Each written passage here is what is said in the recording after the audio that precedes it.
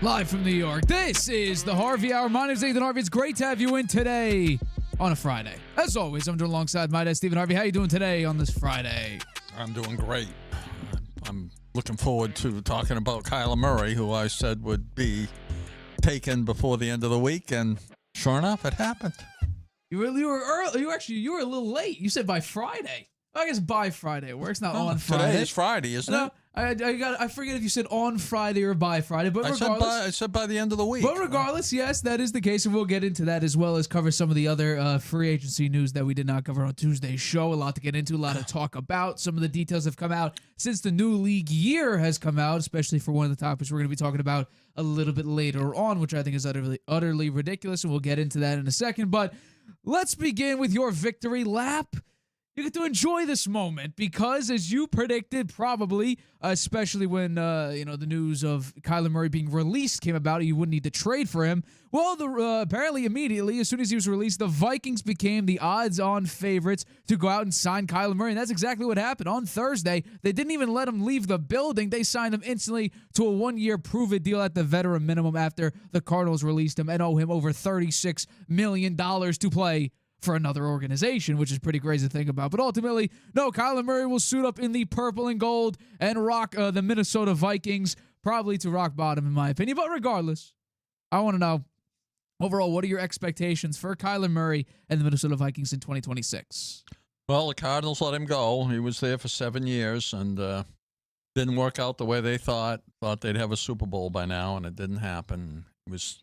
Had some injury problems here in more recent years. Did play well when he first came into the league. Was Rookie of the Year. Was a Heisman Trophy winner in college. Took the team to the playoffs the first year. And was a Pro Bowler the second year. Then he got his big contract, and things didn't go so well after that. But he was happy to be released. That's what he wanted, because then he could kind of dictate where he was going to go. If he was traded, it would have been beyond his control. So he's happy to take $1.3 million as the veteran minimum, and the Vikings were ecstatic to pay $1.3 million because the Cardinals have to pay $36.8 million. They get to avoid paying him another $19.5 million for 2027 by releasing him before the fifth day of the new league year. As I mentioned, he was the Heisman Trophy winner from Oklahoma. He was the number one pick in the draft. He played, he's played for a couple of coaches now. Kingsbury played for him. It started out well and it turned into a messy situation. Led to the Cardinals to the playoffs once, but they were blown out by the Rams then. His 22 contract included that 4-hour-a-week requirement to watch film, and which led to questions about his commitment. And I think that's what soured the relationship beyond repair when that came out. That was. I don't think that ever should have been released to the press. I don't think it ever should have been in a contract either. I mean, they could have talked to him about that. That's ridiculous. And I think that was the beginning of the end there. And then he's had these injuries in the 3 seasons since, the contract. He really has not gotten into a good rhythm. He didn't play well under Gannon. Gannon was a defensive coach. So, the Vikings GM said they were exploring all opportunities following J.J. McCarthy's struggles in 2025. And I think that I think they knew what they wanted to do well before. I mean, they might have been exploring a lot of opportunities. I thought that maybe they gave Kirk Cousins a thought, but when Kyler Murray became available, it was a quick decision for the Vikings, as they see Murray, I think, not only as a one-year option for next year, but also potentially a franchise quarterback if he plays very well.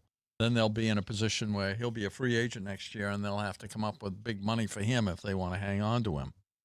It was a quick decision for Murray, as he's been a lifelong Viking fan. He said, genuine fandom ran deep in our family. Vikings gear throughout the household. A lot of purple in my household, he said. Said he cried when Brett Favre threw the interception that ensured the Vikings lost in 2009 NFC Championship game to the Saints.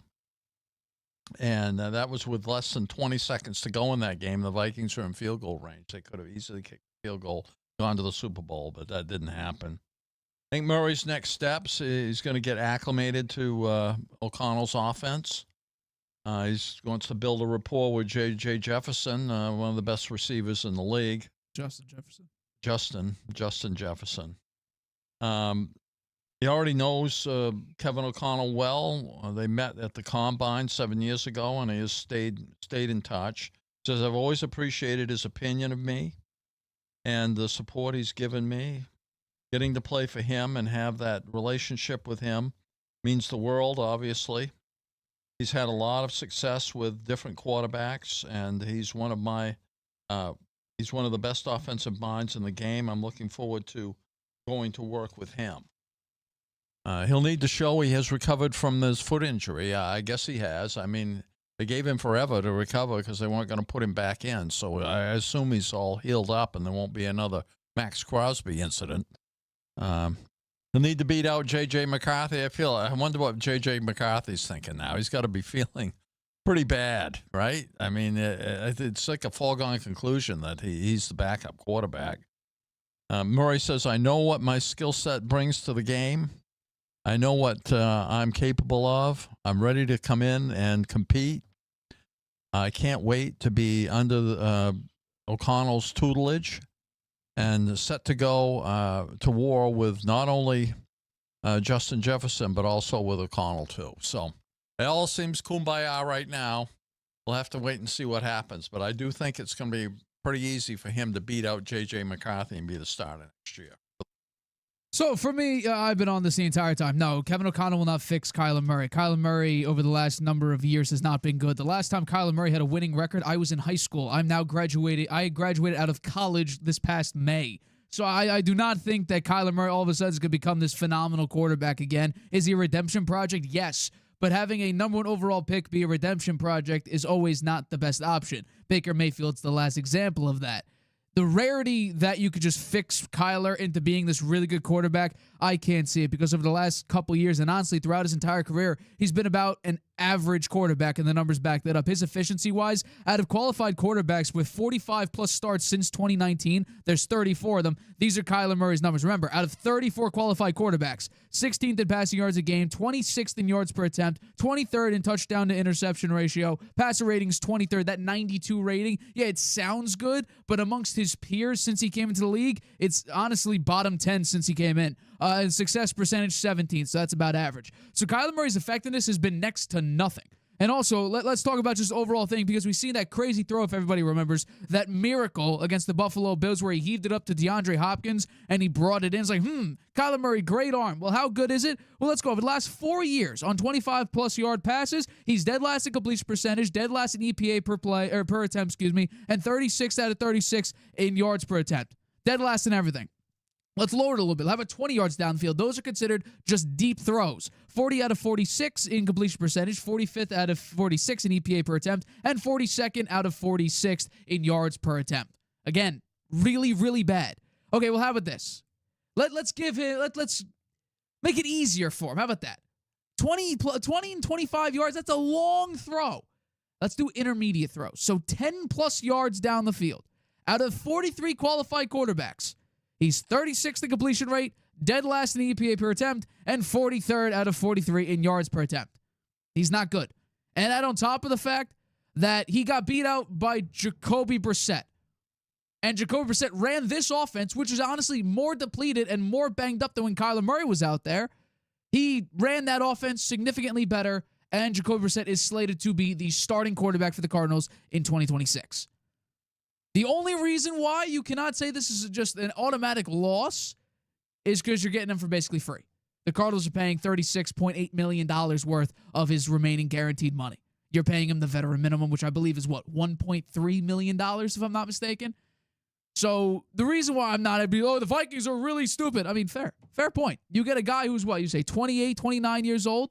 But I think it's sad that we're saying that a number one overall picks bar is so low, you would say what? What the question down there, what are the expectations for them in 2026? Playoffs. You think they can make the playoffs in a division with the Rams potentially getting A.J. Brown? No, you said expectations. Yeah, your expectations are plus. Expectations is to make the playoffs. Okay, so do you think they will? If you think Kyler Murray's a franchise quarterback, you think the Vikings going to make the playoffs in 2026? I think they have a very good chance to make the playoffs. Okay, how about this? Let's start with their division before I just rip on that for the NFC. The division, they're better than the Lions. They're competitive with the Lions. They're better than Green Bay. They're very competitive with Green Bay. They're better than the Bears. I think they're very competitive with. What does that mean, though? What is very competitive? I think very competitive means the worst is they'll split with those 3 teams. Okay, so that's 3 losses. Okay, but 3 wins. It's 3 wins. And I look at the glass half full. Let's branch it out to the rest of the NFC. Okay, show me the. I'll tell you forget about the schedule. Forget about the schedule right now. Let's look at the NFC. Big picture. Give me your guaranteed playoff contenders in the NFC. Guaranteed. Guaranteed. Guaranteed. Meaning, no doubt in your mind. You think about it, boom, the team playoff contenders. They will make the playoffs. There's no doubt in your mind. The playoffs. That's what I mean. The playoff contenders. They are going to make the playoffs. I would say this is in the NFC. NFC. Yeah.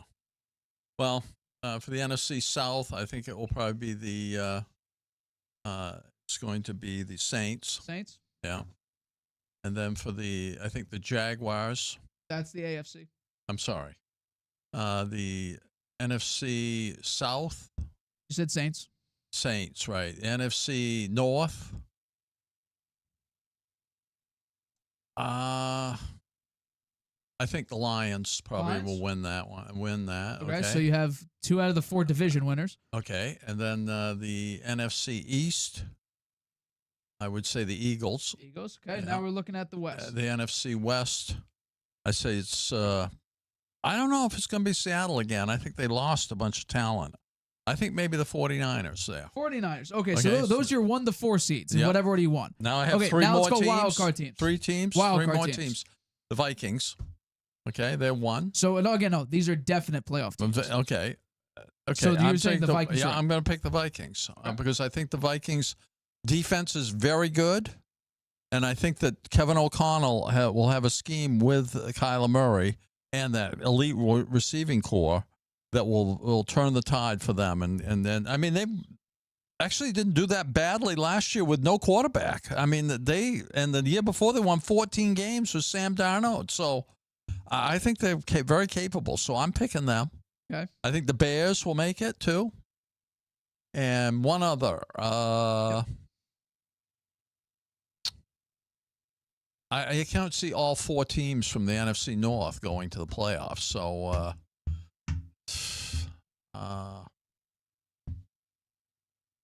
definitely making the playoffs. I'm not sure on the last So there's pick. one team you're really missing. Who's really that? missing? Tell me. The Rams. Oh, definitely. Okay, the Rams, definitely. Okay, so you're saying Seattle's not getting in? The Super Bowl champions are not getting in. You're saying the Green Bay Packers are not getting in. You're saying somehow 3 teams from the NFC North are making it. Fair point. You're saying that the Panthers are not making it again. Nope. You're saying the Bucks are not going to make the playoffs. The Bucks aren't going to make it. They lost Mike Evans. And you're saying the Cowboys aren't going to make it. Nah, the Cowboys are never going to make it. Okay, so your biggest thing is really the Seattle. I'm not so Seattle sure. The Seahawks. Seattle Seahawks. They had a better defense. I know they lost a couple pieces on defense. The MVP of the Super Bowl running back. True. Yeah, and Darnold. Maybe that was a flash in the pan for him. I don't know. I don't think so. They've changed their offense around now, so he's more of a game manager. So they did sign Shaheed, and they still have Njigba. So they got the wide receivers taken care of there. But their defense is still going to be great. So I'd say it's a toss-up between the Rams and the Seahawks.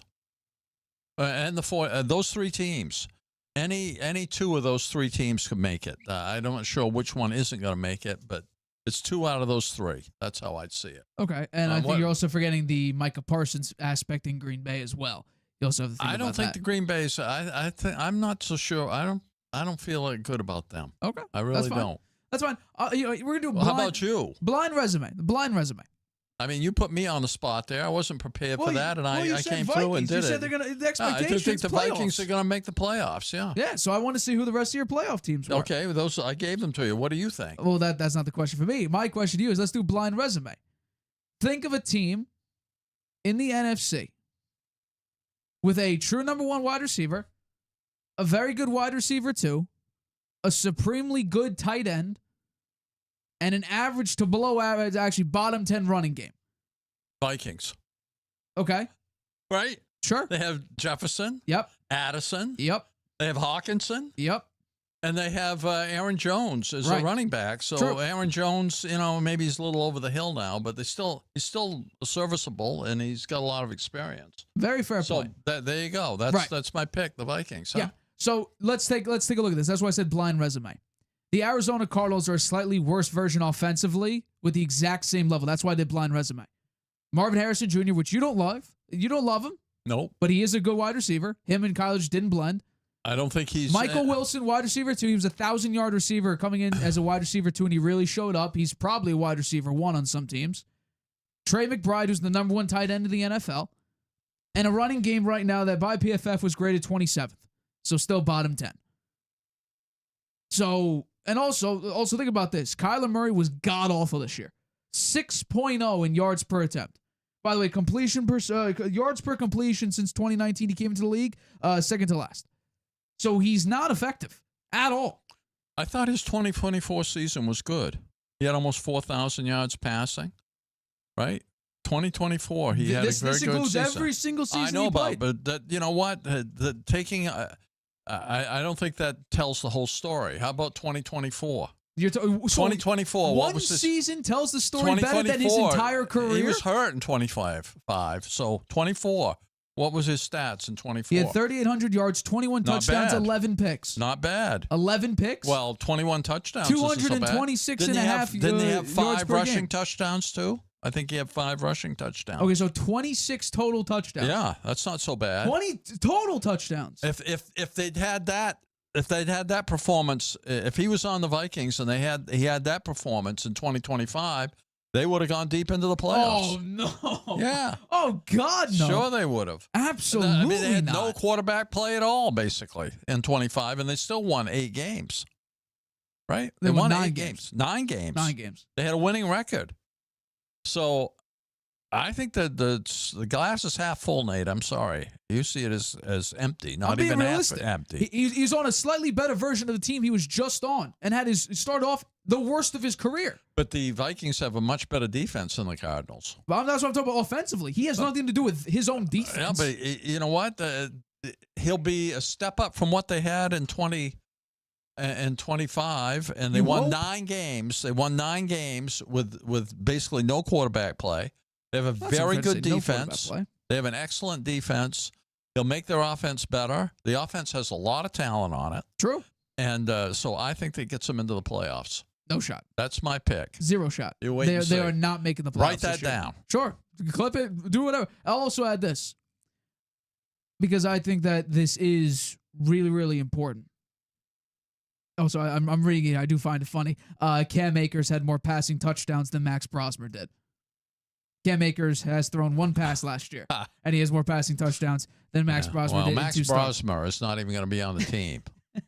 Bring up the Vikings schedule. I don't have the schedule in my hand. Where's the strength of schedule? That was somewhere that we had here. It's upstairs. I didn't bring it down. Okay. You want to go through the wins losses right now? Yeah. Okay, let's do home games. We'll leave the division out of it for right now. Okay. Falcons. Win. Panthers. Win. Bills. Loss. Dolphins. Win. Commanders. Win. Colts. I'm going to give it a loss. Okay, let's do away teams now. Saints. Saints is a win. Bucks. Is a win. Jets. Win. Patriots. Loss. 49ers. Maybe a loss. Okay, so now let's do division. Bears, Packers, Lions. Each of them. I'm going to say that's 3 wins. Okay. Okay, so we got 1, 2, 3, 4, 5, 6, 7, 8, 9, 10 wins. So you're telling me that Kyler Murray is 1 win better than Max Brosmer, Max Brosmer, Carson Wentz, and J.J. McCarthy? Maybe there's one more win there. Where somewhere. though? You had to betray your Patriots. You would have to betray Who your were the Patriots. 4 losses I had? The Bills, the You Patriots. had the Bills, Patriots. Well, no, you had more than 4 losses. No, I didn't. You had 7 losses. You have 10 wins there. Oh, right. Have the okay? So maybe they instead of 3-3, they go 4-2 in the division. Okay, sure. Okay, so that's 11 wins. You're just completely arbitrary. That's 11 wins. You're pulling wins out of nowhere. Okay, but I that's why I think it's a pretty easy schedule, right? It's not the hardest schedule. You've sung the Saints' praises. You've sung the Bucks' praises. No, but I think the Panthers. You're huge on with Bryce Young. I think the Saints will win the division because it's very weak. Right, but I don't think they're going to beat the. I don't think they're going to beat the Vikings. Well, we got to go. We got to go to the Saints' schedule now to figure out where the 8 wins come from. You have over under. You have the over on the 7.5 win total. We got to find the 8 wins. I'm happy to do that. Bryce Young is your guy. You have him losing to the Vikings. Bryce Young, yeah. Bryce Young is your guy, yeah. I have him losing, right? I have the Panthers losing to the Vikings. Correct. That's why I'm a little bit surprised by that. Bryce Young's your guy. No, he is not. He's your bounce quarterback. Well, absolutely. It was 2 years ago. I was totally against him early in the because he was 25. He was awful. Terrible. No, but here's the thing. If Kyler Murray's the starting quarterback, there's only 2 avenues to take when it comes to J.J. McCarthy. One is obviously he's not ready, even though the old GM pushed for him to be ready this year, which then if you say he's not ready and Kyler's the starter, you could take that 2 ways. You bench him and see if he improves over time, or B, which is the second part of this, he's just a flat-out bust. There's no avenue to take. It's either he's too raw to start now, or he's a complete bust.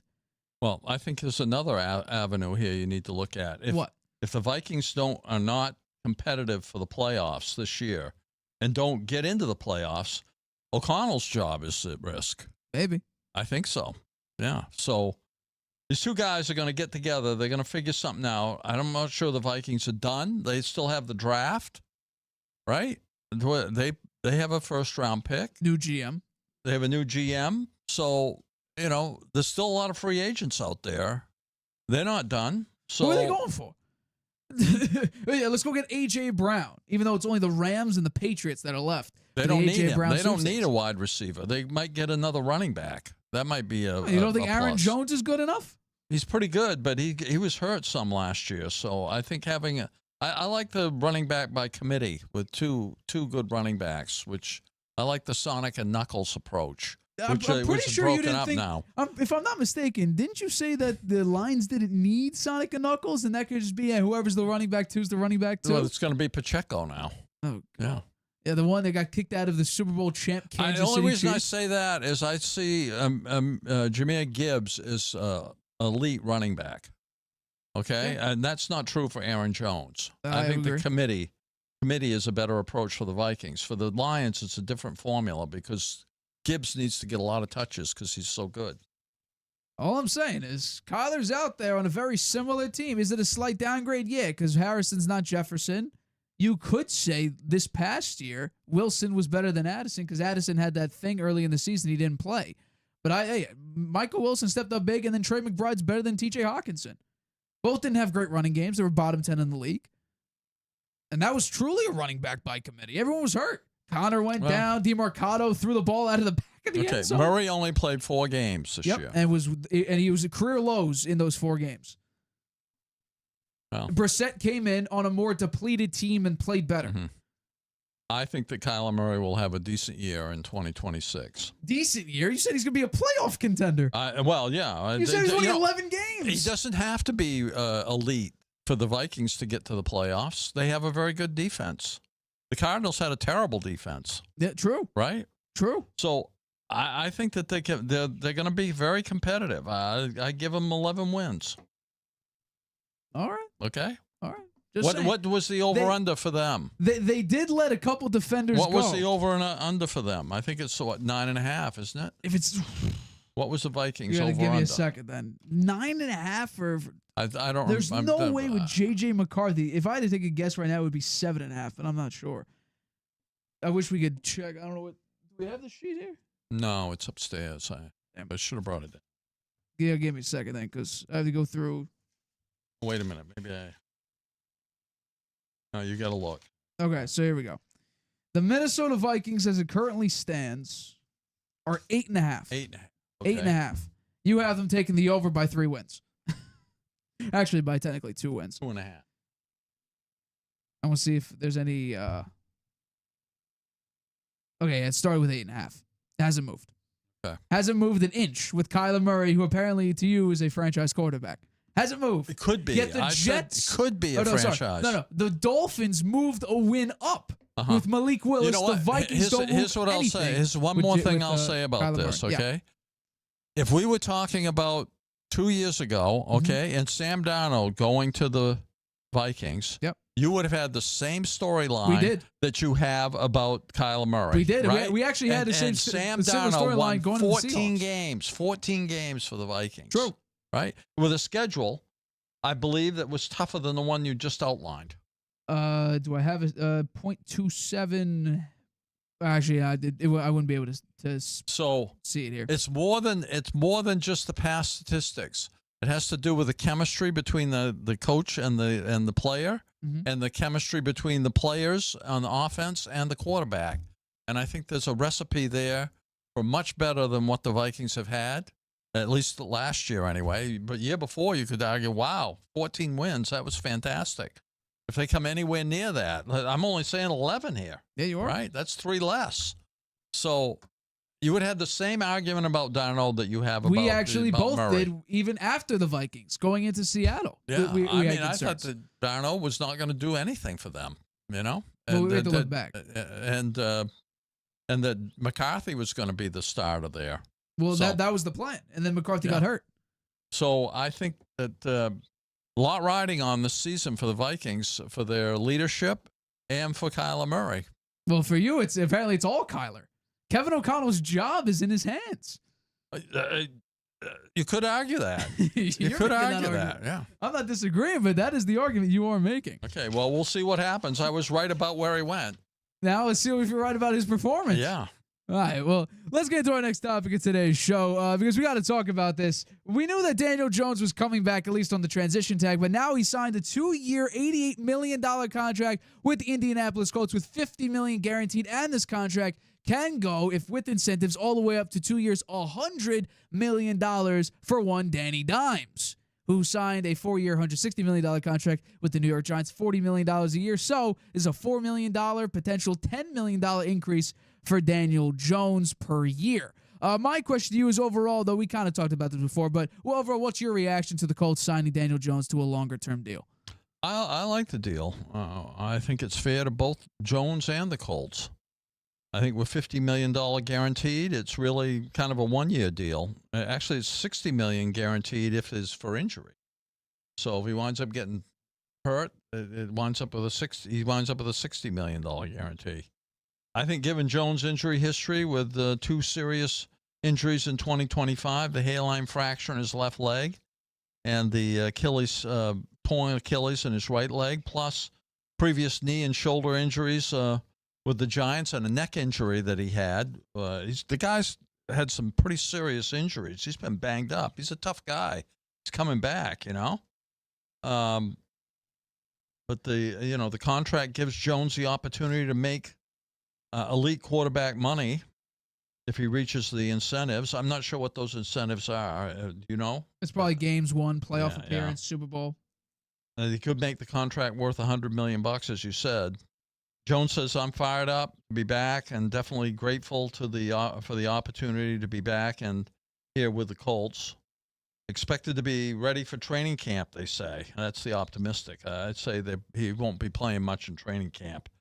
And the start of the regular season. His rehab is going well.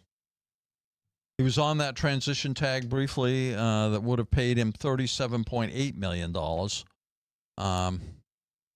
It allowed Pierce to test free agency, but he wound up signing a 4-year, $116 million contract. The guy's got to be pretty happy to return to the Colts.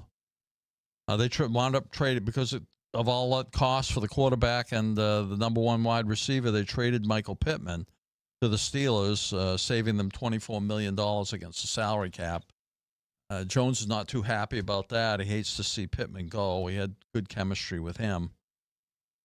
He's fired up that Pierce is returning, but bummed that Pittman is leaving. I guess I could summarize it. Ballard had said at the time of the transition tag, when both sides are driven to get it done, it usually works out in the right way, and he was right about that. I think despite his significant improvements in 2025, I think there may still be some questions about Jones, principally his inability to hang on to the ball when under pressure and his injury history. But he kind of cured at least the hanging on to the ball, except for a couple of games this past year. He had a 10.3 passer rating when pressured in 2025, which was among the best. I'm sorry, 110.3, which was among the best. He had a low 5.9 pressure to sack ratio. He effectively navigated the blitz. He had the loss to the Chiefs in a game that they should have won. They put the ball in his hands in the fourth quarter, and he didn't deliver in that game. And he turned the ball over 5 times in a 27-20 loss to Pittsburgh in Week 9, which is another game they should have won. He was sacked 5 times. So beyond those 2 games in Week 10 through 14 before he got knocked out for the season, he had passer ratings of 80.6, 113.4, 107, and 115.9. So it wasn't him. It wasn't him really that resulted in those losses after the halfway point in the year. So I think it's a good deal for both sides, and I wish Daniel Jones well. I hope he's healthy in 2026, and I hope the Colts make the playoffs. That's another team that we got to talk about making the playoffs versus the Vikings, and now it could be the Indianapolis Colts. But I'm kind of there with you. This is one that I actually kind of agree with you on. Well, yeah, of course, because I had, if everything was going the way it looked to be going after like 8 weeks, the Colts look like serious contenders. And then, we had the video that went viral on TikTok and whatnot. But no, I do think that this is smart. You transition tag him, and then you generate enough cap space. You get Alec Pierce. You trade away Michael Pittman, which the trade terms came out on that. The Colts basically traded Michael Pittman. It was probably a cap casualty thing, but they essentially traded him to the Steelers for a firm handshake. That's basically all they got for him. Because Pittman's a legitimate wide receiver 1, and I do think he'll help out the Steelers massively being on the other side with DK Metcalf. I do think that is going to be a very, very nice piece for the Pittsburgh Steelers. I also like Roman Wilson out there as well. Hopefully he can play, because they did just lose Calvin Austin over to the New York Giants, which also, that'll be interesting for the Giants because he's your new wide receiver too. But when it comes to the Colts, they just need consistency, and that was their thing, right? Daniel Jones looked really good and really effective working Shane Steichen's system with Jonathan Taylor running for 150 yards a game and had like 2 or 3 games of 3 touchdowns, which was utterly ridiculous. And then the midway point happened. And then teams finally figured out, if we just stop Jonathan Taylor and blitz the hell out of Daniel Jones. You said he operated the blitz well. He was not graded very highly against the blitz, and we saw it especially against the Kansas City Chiefs, the offensive line, and against the Steelers. The offensive line just flat out couldn't hold up whatsoever. We had 5 turnovers against the Steelers. 3 of them, I believe, came on blindside blitz sacks, strip fumbles. So I think that overall, Daniel Jones is going to be a fine quarterback. I do think he fits Shane Steichen's system very, very well. But the one thing that I said back in 2022 when analyzing Daniel Jones' performance is he needs a stable running game. The best year Daniel Jones had is when Saquon Barkley had the most consistent year and was the most dominant. And also, the defense also complimented him very well, something the Colts defense last year didn't do a great job at. So I think that this is a perfectly fine signing. You clear up some room. Alec Pierce reportedly took less to just play with Daniel Jones. He got offered more than his massive contract, making over $27 million a year. He wanted to come back for Daniel Jones, which I find a little bit interesting. But I think ultimately this is going to be a fine signing. I don't hate it. He does need offensive line help because their center did retire. So I do think you need help, especially in the interior of the offensive line, which obviously will also help out Jonathan Taylor. Obviously, you need to work on the fumble issue. Was a big concern over in New York early in his career. I also want to see something that is both a risk and a reward, because Daniel Jones' best year, that 2022 year, he ran for the most yards, and I believe had the most rushing touchdowns of his entire career. The only thing is he's also severely injury prone. So that's kind of the game you have to play. The best Daniel Jones is also the riskiest Daniel Jones. Do you want him to stand in the pocket all day, or do you want to actually use his legs, live up to his nickname, and be an effective quarterback? Because what happens if Jonathan Taylor gets stuffed behind the line consistently? What if they are blitzing you? That's what the Chiefs did. The Colts were very much in control of that entire game. And in the second half, and especially late, all they did was just keep blitzing and blitzing and blitzing, and the offensive line couldn't hold up, and the Colts couldn't run the football. So if the Colts are able to establish the run good enough to work a play action, give Daniel Jones that extra half second, I think you have a decent wide receiver course still. It's very deep. Alec Pierce is going to be your wide receiver one most likely. You have Tyler Warren, the tight end, of course, and you have Jonathan Taylor in the backfield. It's going to be a fine team. Playoffs, it'll be interesting to see, because I do think that the Jaguars, they had a phenomenal year. The Texans have a tremendous defense, and the Titans have a new uniform in Cam Ward year 2. It's going to be interesting to see what that division turns out to be, because the Colts shocked everybody leading the division through the first half of the season. And then the defense for the Texans was lights out. Jaguars picked it up after, a rocky start from Trevor Lawrence. But I don't mind the signing. It's the best option out there now. So I think, good for the Colts to secure your quarterback. It's just a question of what is Daniel Jones' ceiling. So I do think this is a team where he could reach a ceiling. It depends on how high the ceiling is. Mm-hmm. Well, I think he'll be laying on the floor. If you're talking about ceilings and floors, I think he'll be laying on the floor if they don't improve their offensive line. And I think they need to look at what's left in free agency, and also look at the draft and emphasize the offensive line to give him some protection. Especially the interior of the offensive line as well. Losing Ryan Kelly is a massive loss for them. But, again, you say playoffs. I'm sure we'll get into playoffs and standings predictions later on, especially throughout the summer. We'll get into that. Draft's also coming up, so I'll be interested to see. Actually, they don't even have a first-round pick. That's going over to the Jets right now, so that'll be interesting to figure out who the Jets take. I think that was a mistake. Sauce Gardner's out there now. You're also losing a few defensive guys. Sauce Gardner wound up, he came over there, he did very little, and then he got hurt. People don't throw it to him. He didn't help him at all down the stretch. Not at all. Well, quarterbacks don't throw it to him anymore. That's the thing. I think he has one of the lowest completion percentages. They don't throw when he's not even on the field. Because their running game their passing defense, I think, was terrible last year. What are you gonna do? It is the Indianapolis Colts. Maybe they'll figure it out. Because again, think about it. The new owner, Jim Irsay's daughter, she's pissed. She wants success now. So Steichen's job's on the line. Chris Ballard's job's on the line. So it'll be interesting to see exactly what the Colts look like in 2026. Yeah. All right, we're going to take a quick break, but coming up, Max Crosby out, Trey Hendrickson in. Or supposedly this was the plan all along to bring both of the pass rushers in. Just one of them ends up actually going over to Baltimore, and that is Trey Hendrickson. We'll talk about that, as well as Mike Evans is going from Tampa Bay to San Francisco. We'll talk about how big of an impact that is on the 49ers and their outlook for 2026 right after this break. Using Wi-Fi without NordVPN could mean sharing your private stuff with more people than you think. Stay safe on public Wi-Fi. Get NordVPN's special offer and encrypt your internet connection.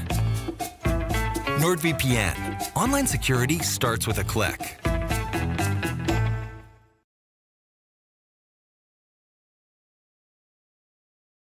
Welcome back to the Harvey Hour. My name is Nathan Harvey. It's great to have you in today on a Friday. As always, I'm joined alongside my dad, Stephen Harvey. Let's get into our next topic of today's show, which is Max Crosby out, Trey Hendrickson in. It looks like all of a sudden now, after pivoting away from Max Crosby after he failed his physical, the Ravens have decided to move forward with former Bengals pass rusher Trey Hendrickson, who was banged up last year, but the 2 years before that had back-to-back 17.5 sack seasons. So a big upside potential for the Baltimore Ravens if they can get Trey Hendrickson back to his All-Pro, Pro Bowl form. My question to you is, though, do you think that this is a smart signing for Baltimore?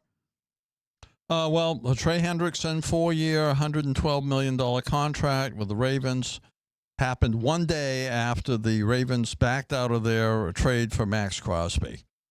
I think this is probably their best move to significantly improve what has been a floundering pass rush for quite a number of years. And the players that they brought in through the draft really have not stepped up, and the sacks just haven't been there, and the pressure on the quarterback has not been there, and it's really haunted them in the fourth quarters of these games where they're ahead. Looks like they're going to win, and then they wind up losing. They lost 16 games in the past 5 years, and falling behind when they had a lead in the fourth quarter, falling behind and losing the game. That's the worst in the NFL. They need to have a better defense. They need to have somebody with pressure. And this is Trey Hendrickson is the guy that they think is going to be able to deliver. At the Ravens, they're being criticized for quickly pivoting to Hendrickson after rescinding the Crosby trade, which would have cost them the 2 first-round picks, one in 2026 and one in 2027. Now they have those back. The deal was nixed because of medical concerns about after Crosby's physical, and I guess those things happen, but generally when it's a big a deal as Max Crosby and a big a deal with those picks, it got more attention, and people are still upset about it. Hendrickson, he's no slouch. He's a 4-time Pro Bowler. He's lasted longer than expected on the free agent market, so the Ravens jumped in and scooped him up. He had interest from the Colts, the Bills, the Bucs, and the Eagles. He's 3 years older than Crosby and is not as good run defender or pressure player. Hendrickson is a sack artist, basically. I think that's his claim to fame. However, the Ravens getting into get to hang on to those 2 first-round picks. Maybe they take a cornerback, maybe Delane from LSU, or maybe a wide receiver, Lemon from USC. So that they could bring in those 2 rookies. They're going to definitely get some talent in the draft. It would go along, and maybe one on offense, one on defense. Since 2019, Hendrickson has had 79 sacks, 10 more than Crosby, a 12.3% pressure rate versus 10.4 for Crosby, 4 double-digit sack seasons since 2019. Crosby also had that. The Ravens add a feared pass rusher, which they have lacked for a number of years, as I mentioned. He fits the play. Like the Ravens play in the Ravens culture. I think he fits that nicely. His 33 sacks in the fourth quarter or the overtime led the NFL since 2019. I think that's key. I think that's where their weakness has been in falling behind in the fourth quarter, losing leads because they couldn't stop the other team. The defense got tired, and they wore down, and they just gave up all those points in the fourth quarter. So maybe he can help that a lot. He can be the closer who helps prevent blown fourth quarter leads. The Ravens, as I mentioned, 16 blown fourth quarter leads over the last 5 years, worse than the NFL. Last season was the first time the Ravens did not have an edge rusher that got at least 4 sacks. So they definitely needed help at that position. And with Hendrickson, he should be happy, right? He'd been campaigning for a big extension with the Bengals for two years and didn't get it. And now he's out of there over to the Ravens and still in the division, right? The Ravens are in the same division with Cincinnati. So I'm sure he'll be pumped up for those 2 games against Cincinnati. Well, yeah, I think that right now, obviously, Trey Hendrickson, he's got to be ecstatic because he finally gets a long-term contract worth a decent amount. Before, he was living off of franchise tag after franchise tag, and I'd be pissed too. I was surprised you didn't call out Trey Hendrickson for making a lot of noise in Cincinnati or have the same issue as you did with Max Crosby.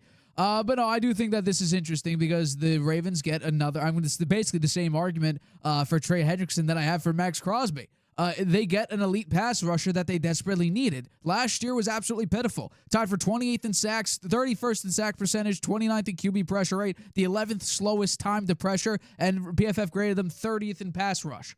So they were just a really, really bad defense when it comes to generating pressure. And obviously, we know Trey Hendrickson, before he got hurt with the Bengals, and it was just a terrible year. He wanted to hold out, basically did. He finally came back and ended up getting hurt with Cincinnati this past year. When he was healthy, he had 2 back-to-back 17.5 sack seasons, which is like he's one of 3 or 4 players to ever do that in NFL history. So I do think that having that elite pass rusher on the outside is going to be a massive plus for the Baltimore Ravens, who seemingly late in games cannot generate enough pressure. So I do think having that incredible force on the outside is going to be very, very key, like you mentioned, especially late.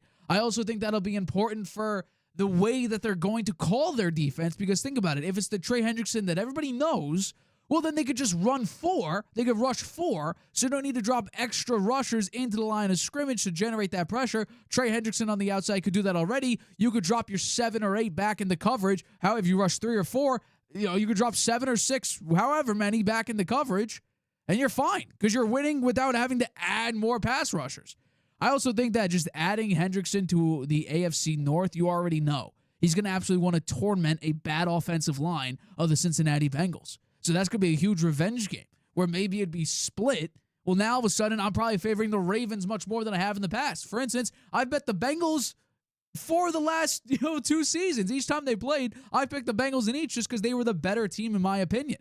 Well, now I'm vibing for the Ravens now because just thinking about the matchup now, Joe Burrow's going to have to play against his old teammate Trey Hendrickson and also Roquan Smith and Matabike in the interior of that defensive line, which is terrible to play against anyway.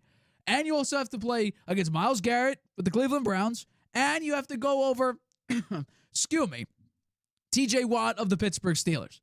And the remaining pass rushers they have there, but most notably TJ Watt.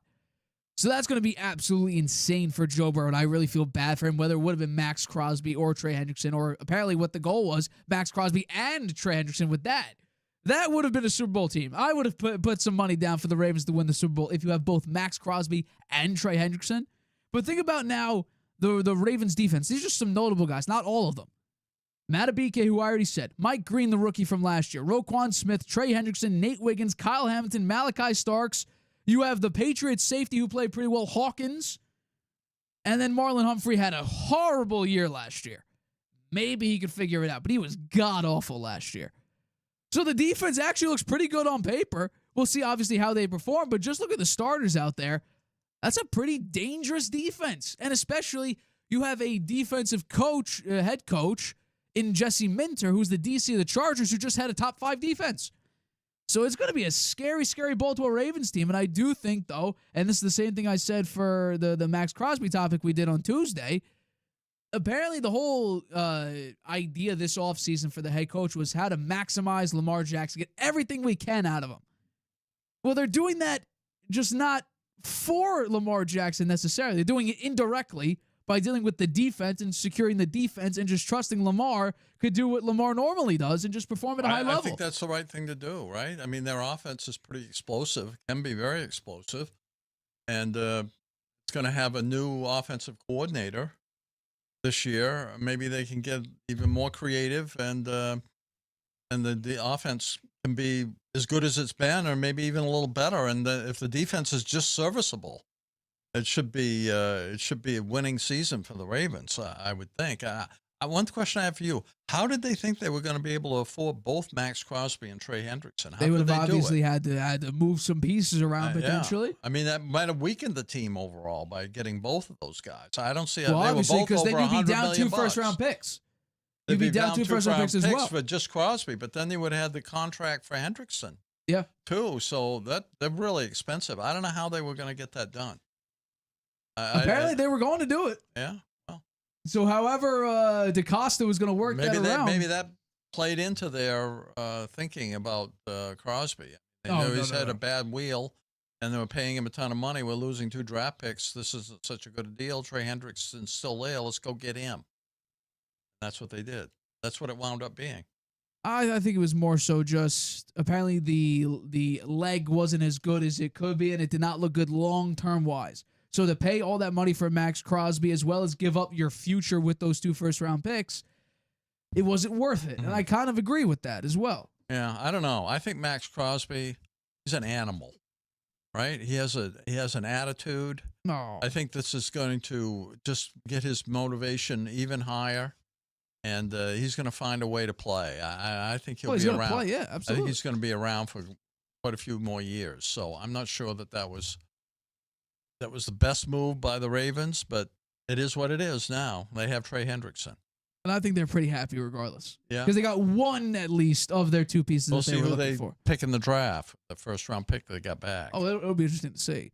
All right, but let's talk about the final topic of today's show. So after 12 long seasons, 11 of those straight being 1,000-yard seasons, and then getting banged up last year, not playing many games, Mike Evans is headed to San Francisco to play with the San Francisco 49ers. He signs a 3-year, $42.4 million deal, which could go up in value, obviously, with incentives to play for Brock Purdy, Kyle Shanahan, Christian McCaffrey, and the rest of the 49ers. John Lynch, of course. we'll see what Mike Evans does, and that's kind of the question. What impact do you think, or expect Evans' impact to be a pretty big one? Question mark. You think so? Well, I'll just quote Evans. He says, "I'm the piece the 49ers have been missing." I thought that was interesting. Yeah. So he's pretty confident. He wanted to join a contender. And the Bucs have been a contender, but in the South there, they get into the playoffs with 9 wins. They've made the playoffs 3 out of the last 4 years, but just sneaking in. And Mike Evans did win a Super Bowl with the Bucs when Tom Brady was the quarterback. But the 49ers 12-5 last year on a team that had lots of injuries. A team he wanted to play a team with a good quarterback, he says, which is maybe a little diss on Baker Mayfield. And he's a fan of Shanahan's offensive approach. Maybe that's a diss on Todd Bowles. I don't know. The 49ers were his top destination, he said. It was hard to leave the Bucs, but football-wise, the 49ers have the best choice. Again, kind of a little dig on the Bucs, I think. He's always appreciated how the 49ers went about their business on the football field. He brings 11 straight 1,000-yard seasons receiving the ball. He's likely a Hall of Famer. At 6'5", he's a jump ball winner, master of snagging the red zone fades. He's a reliable target in crucial situations. He's a legit number 1 receiver for the 49ers, who really didn't have that last couple of years. Brandon Ayuk, they maybe thought was going to be the number 1, but his knee he hasn't been back since he hurt his knee. He joins McCaffrey, Kittle, and Purdy. It's a pretty formidable offensive crew. Kittle, he said, was the closer that convinced Evans to come to the 49ers. He said, "I want to show that I'm still who people believe that I am, and that's one of the best to ever do it." So he's not lacking any confidence, that's for sure. But one question I have for you, and maybe you can wait till after your take if you want, but do you think that Brock Purdy is a better quarterback than Baker Mayfield? Yes, I do. Okay. I do. I never had Baker in my top 10. I always said Brock Purdy was 11th. I mean, last year, the first half of the season, we had Baker Mayfield maybe being the first MVP. 6 games, because I think he was 5-1 at that time, and then he went like 3 and he had 3 wins or 2 wins the rest of the season. It was terrible. It was god awful. When it comes to Mike Evans, though, I don't know if this on paper, great match. On paper, it's beautiful because the Niners get their veteran, true ex-wide receiver, helps out Ricky Pearsall, obviously, just helps out the overall team because you have a experienced veteran wide receiver who did tie a record with Jerry Rice, and whenever you do something like that, like SGA breaking Wilt's record last night against the Boston Celtics, when you're able to break a record held by a true all-time elite, one-of-one great, you're obviously a really good receiver, and I think Mike Evans does belong in the Hall of Fame. Obviously, it helps, of course, the young receivers that they're going to bring in and stuff like that. If they draft a young wide receiver, obviously Mike Evans is that veteran piece to help them along like that. And I do think that it helps Brock Purdy, having a guy who is really good at contesting catches. Like you mentioned, in the red zone, he is basically unstoppable, especially with those quick inside cut routes, as well as, like you mentioned, the red zone fade. So I do think this expands the offense just a little bit, especially losing Kendrick Bourne. I do think that is a pretty decent loss. Brandon Ayuk, obviously, you had to let him go because he decided just to quit on the team. Again, one of the weirdest contracts I've ever seen. But we do have to realize that with Mike Evans comes one glaring issue, and it's an issue that we actually spoke about on the previous show. What is something that Mike Evans now seems to always have his entire career? Injuries. And especially as of late, as you increase in age, the injuries that you maybe could come back from or play through, well, maybe you'll miss a game or two or miss a few more games than you normally would. And that's exactly what we kind of see. Hamstring injuries is a big thing for Mike Evans. Always seemingly is a banged up hamstring. You see him limping off on the sideline, and maybe early in his career, especially with Tom Brady, he may be able to play through some of those injuries. But last year, he played 6 games? It's not going to be good for a team that always deals with injuries. So next year, if he gets hurt, we're going to hear the same excuse. Oh, the 49ers, they're so banged up. I have no sympathy for the 49ers when they get injured. You know why? They always are injured. So for me, if the 49ers get banged up again, I'll be okay. It's a normal 49ers season. There's a wide receiver down there. Offensive lineman's hurt. Oh, a few defenders get injured. It's just something with. It got so weird. There had to be an NFL investigation about some weird electromagnetic influence that could, whatever the science behind that nonsense is. The reason, the fact that you have a conspiracy about it is not great for you. Maybe your strength and conditioning staff is terrible. Maybe it's that. Maybe Kyle Shanahan pushes his players a little too hard. I also find it really interesting how last year, before the season started and Mike Evans signed that extension, there was questions about whether or not he would retire. And now he signs a 3-year deal with the Niners. I find that a little bit interesting. He also is, 33 years old? I think 3 years, for me personally. It's not that much money, though. Look at it. It's $14.1 million. I'm not worried about the money. I'm worried about he's not going to be there. Actually, a pretty good, I think it's worth taking the risk at that contract. I mean, what's the guaranteed money on this? It's not 42, right? It's going to be less than that. So, 3 years, if he plays well and he gets the whole 3 years, then that's a deal. What, the $14 million a year? 16.3 guaranteed. 16.3, that's nothing. It's really That's a 1 year third of it. deal. It's basically a 1 year deal.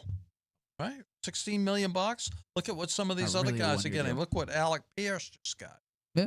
Look at I'm Jefferson. pretty sure he got the guaranteed money I thought his whole contract will be. I'm pretty sure $80 million of his is guaranteed, if I'm not mistaken. And I thought he'll get, 3 years, $16 million guaranteed. I'm actually a little surprised that Mike Evans didn't go back to the Bucs if Why? he's really only guguaranteed $16 million to He wants play to for win? the 49ers. Hey, just he admitted he made was the taking digs at his playoffs. Made team. the playoffs 3 out of the last 4 years. That's like saying that's the same argument you get from Mike Tomlin. Also, he's going to a division that is 10 times tougher than the South division. He could have stayed with the Bucs. They could have gotten, built up their weaknesses a little bit. They're going to be competitive in the South, right? I mean, it's not like the Saints are going to walk away with it. Here's the difference, though, you're not seeing. It's going to come down right to the end of the season. So their chances of getting into the playoffs down there are pretty good. The problem is they can't get deep into the playoffs. I disagree with that. And neither the 49ers. They got Bucks, blown yes. out No, by the 49ers. They got blown out by the Seahawks. Well, because they had no running I think game. he maybe wanted to wear that red uniform, with the number 4. Well, I don't know if he's going to be number 4. I don't know. You don't know? That's You Photoshop. just put 4 on there? Photoshop. I took that off of Adam Schefter. He will wear a different number because Brock Purdy has 13. So obviously you can't just take that Brock Purdy's number. Yeah. But here's the thing. I completely disagree with you. Yeah, the Bucs have a better chance to make the playoffs, but that's where it stops. No one thinks the Bucs are going to win a playoff game, even if they had Mike Evans. When you were at the 49ers, you expect them to do well. They got blown out in the playoffs. Yeah, because they couldn't run the ball. They had no offensive line. No, but they got blown out. Right, because they couldn't do anything. Because they couldn't run the ball. They did not have an offensive line. They got blown out in the first game of the playoffs. They were one of the few by the teams, Super Bowl actually champions. the only team that got blown out in the first round. Right? Every other game was like a nail biter. Right? Okay, yeah, but we have to realize they had no offensive line. The running game was the worst it's ever been for like years. They couldn't do anything. So it's one-dimensional. Just bite on the pass. They have to find a way to be healthier. And also, Ricky Pearsall was wide receiver. They're bringing in a player who is hurt all the time now. Right, but hold on. Ricky Pearsall was wide receiver 1. That was my whole take. He fits perfectly with the 49ers. He's hurt. That was my entire take. Yeah, I'm you figure that out? No, but you realize something. All the Seahawks had to do was just play the pass. Because the 49ers couldn't run the ball. At least with Mike Evans, it gives you an opportunity. But Ricky Pearsall was the wide receiver 1. Who would you rather have? Mike, you said, who's better, Brock Purdy or Baker Mayfield? Well, my question is, who's better, Mike Evans or Ricky Pearsall? Well, right now, Mike Evans for sure, because he has the also last year as well. History. He has the just without the injuries. He has 11 years of 1,000 yards every year. So right. Ricky Pearsall just getting going. I don't know. It'll be interesting to see how Ricky Pearsall does this year. He has a lot of talent. Well, I still think Mike Evans will be better than Ricky Pearsall, even this year. I think with Kyle Shanahan, with Brock Purdy throwing him the football, I think it could be interesting. It's just you have to secure the offensive line, and now you're making Trent Williams upset because you can't figure out a contract with him. again, we've been through this Trent Williams thing before of him Trent holding Williams out. is getting old. Exactly. And also he's getting banged up as well. It's a similar thing with Mike Evans. He's missing more games that that he's playing at this point. So we'll see what happens this year. But yeah, that was my whole take though. He's joining a team that actually fits him perfectly. Yeah, well, he's it's injured. a low risk for the 49ers. It's not low too. risk. $16 million. That's $16 million $16 million is not bucks. a Not little for- bit of money. You know, I don't think that's that big a deal for a guy who could be great or could be hurt. I think it's one or the other, right? That's And only it's the not guarantee, sure. dude. That's not the dead cap. That's just the guarantee. So the dead cap numbers haven't come out yet. Spot Track doesn't have them out yet. Okay, I'd like to see that. Guarantee here was that's the Bucks contract. Never mind. I mean, do you think so? Hold on, I just want to make sure we understand this. You think that Mike Evans would have had a better chance to make the playoffs and go farther with the Bucks than with the 49ers? Just because they play in an easier division? I want to make sure I heard that right. Because that's what it sounded like. Yeah, well, I kind of think that, actually. I don't think that the Panthers, I mean, they were look how they backed into the playoffs.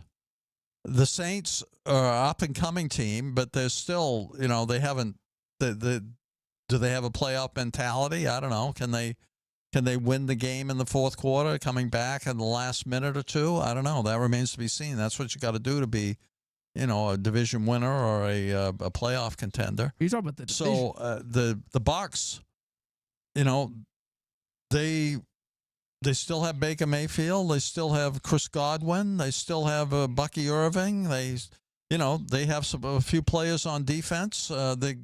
They haven't. I don't know if they've done much in free agency. Have they done anything in free agency? Nothing of. They lost Mike Evans. They lost Mike Evans. And Rashad White, but he was already a back. And they have the draft. So, and their competition: the Falcons, the Saints, and the Bears. And not the Bears. What are you talking about? In their division, the Falcons. Saints, the Falcons, and the Panthers. That's it. Sorry. They should win it. Teams. They should win. But hold on, I just have to split. point this out though. You're just worried about the division. Okay, so they'll beat their but division, so they'll make the playoffs. But I don't see. Do you see Beyond the 49ers? Can they get deep into the playoffs next year? Yes. Maybe. Yes. If they secure the interior of the offensive line, that means Christian McCaffrey will be better, which means he won't need to touch the ball 47 He's times old. for them to win. Well, that's the whole point. You He's don't, old you, too. you don't want him to touch the ball 47 There's times. another thing about the 49ers. They're a pretty old team now. They're bringing back Dre Greenlaw as well on defense because the Broncos let him go. That's a good pickup. Again, that's a great pickup. That adds to the point that you're trying to make. You're saying Christian McCaffrey's old. Well, if you secure the interior of the offensive line, you won't need to have Christian McCaffrey touch the ball 45 times in a game for you to win, because you did that before. He'd have like 25 carries and like 9 catches, and you're like, what are you doing? I think the Give me a lead 49ers, rusher and receiver. the bigger key for the 49ers is to have a healthy defense, to have Bosa back, and to have who's the other guy? Fred Warner? Yeah, Warner back, and now Greenlaw coming back to them, and keeping those guys healthy. That's the biggest thing. That's the biggest thing. It's more the defense than the offense. I think Mike Evans is a nice piece to add. He thinks he's going to go to the Super Bowl with the 49ers? I'm not so sure. But again, you have to think about this though, because the Bucks, they're going to be the 4 seed. If you think they're winning the division, they're not being the number 1, 2, or 3 seeds. So they're going to be the 4 seeds, which means if the Vikings are who you say they are, there's a high likelihood that they could be the 5 seed. Because they're not winning the division, you give the division to the Lions. So I just said they make the playoffs. Right. But I'm just assuming. I didn't say they were going to the Super Bowl. Right. No, but here's my whole point. So if the Bucks win the division, they get the 4 seed because, again, they're not beating out any of the top 3. They're not 1, 2, or 3 seed. No chance. So they'd be the 4 seed. So that means they played the 5 seed. Would you take Kyler Murray and the Minnesota Vikings over the Tampa Bay Buccaneers if Mike Evans was on the Bucks? No. My point. If the 49ers, which you don't even have, you have them winning the division. My point was not that. So you're not play the 6 understanding my point. I'm looking at it through, if I was Mike Evans, why did I make the decision to leave the team that I had because my you can whole make it career farther with on the and Niners. won a Super Bowl and With won Tom a Brady. Super Bowl too, With Tom and Brady. was a big contributor in those playoffs And the next year too, he was a big contributor, and they almost got there again, or at least almost got to the NFC Championship game. Right? They almost beat the Rams there. That was quite a game. There's a lot of history there. What are you really gaining by going to the 49ers? You're going to a division that's much tougher, right? That probably has about the same chance of making the playoffs as in the division, or winning the division, or making the playoffs from the division as the Bucs have. So I don't know what you really gain, and you probably could have gotten more money staying with the Bucs. I bet they would have given him more than $16 million guaranteed for 3 more years. Well, again, you're talking about making the playoffs. I'm just looking at it from Mike Evans' point of view. Right. I don't understand his thinking, actually. Well, again, no. He must be something behind the scenes he's not happy about. That's what I think. Yeah, because his quarterback's he kind of dissed on the coach. Coaching's not great. Offense is not great. His quarterback is bad. He doesn't like Todd Bowles, and he doesn't like Baker Mayfield. That's why he left. So here we go. You're talking about playoff? Let's do playoff odds. I have them here. The 49ers. Okay, so the Tampa Bay Bucks are plus 100. The 49ers are minus 165. Yeah. Playoff odds. So by far, the 49ers are beyond favorites. In fact, let's see if the Bucks are the number one favorite for their own division, which they The 49ers are in a division where every team except the Cardinals will probably have a great shot at making the playoffs. Well, the Niners have the second highest odds for their own division in the playoffs. I wish I brought that strength of schedule thing downstairs here. I don't know. To miss the playoffs. To miss the playoffs. Let's see. The Falcons are leading in that division, which I'm surprised, actually. The Panthers are right behind them. Falcons are minus 350 to miss the playoffs. Panthers are minus 320. Saints are minus 220. So the Bucs actually have a better chance to win the division. Obviously to win the division. You're making my point. Thank you. No. But here's my point, and here's what every player wants. It isn't to make the playoffs. It's to win the Super Bowl. So if you're worried about making the playoffs, then go to the Bucs. I don't see. If your whole thing is about making the Super Bowl, I don't see the 49ers having a chance to get to the Super Bowl. I have them making it farther than the Bucs would. Because that was my whole point talking about the Bucs at the 4 seed.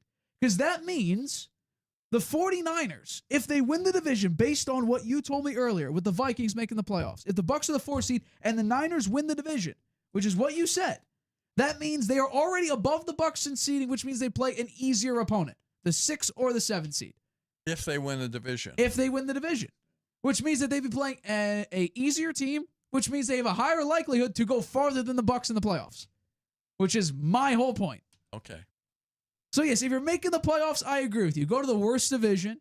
Play on the best team in the worst division. By the way, the best of the worst does not mean you're good. It just means you're better than the rest of them. It's also the team that you played with your whole career, who would have loved to have you finish your career with them, and probably you get your 1,000 yards again with Baker Mayfield if you stay healthy.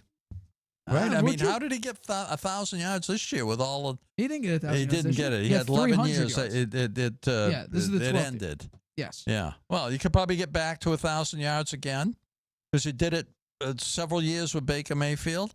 I think you knew more what you had, but I guess you've been with one team your whole career. The grass maybe looks a little greener on the other side. You want to try it with somebody else, and that's what he did.